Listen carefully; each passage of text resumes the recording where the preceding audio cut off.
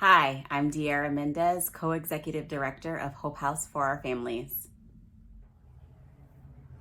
I think we all know a woman or two that has fallen on some sort of hardships, whether it be money, whether it be struggling in a relationship, or even wrestling with drugs and alcohol or their mental health.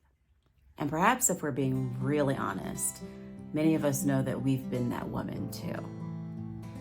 In 2021, the Lord made it very clear to my husband and I that we were to start what is now called Hope House for Our Families to help individuals and their families heal from the wreckage of addiction. And during that time, I also received personal instructions from the Lord. He told me I was to open a woman's house. And at first I debated with him and I just thought it wasn't for me.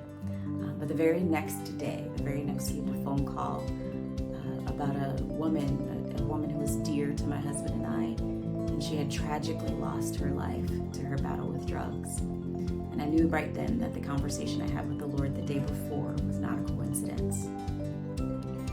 Now fast forward, exactly almost 2 years from that day, the resting place is ready to open. My vision was to create a home for women coming out of treatment programs and incarceration. Jesus says, "Come to me all who are weary and heavy laden, and I will give you rest." You don't spend years in addiction or in prison or in abuse thinking that in a matter of weeks everything will go away. And so the idea is to create a place of rest, a place of soft landing for women that, just like us, can take some time to heal and rebuild their lives. Perhaps what's most challenging, I think, about helping women is that sometimes we ourselves can feel hopeless and helpless and unsure of where to refer them. And so I'm really thankful that we are able to do Hope House for Our Families and the resting place to be a solution to that problem.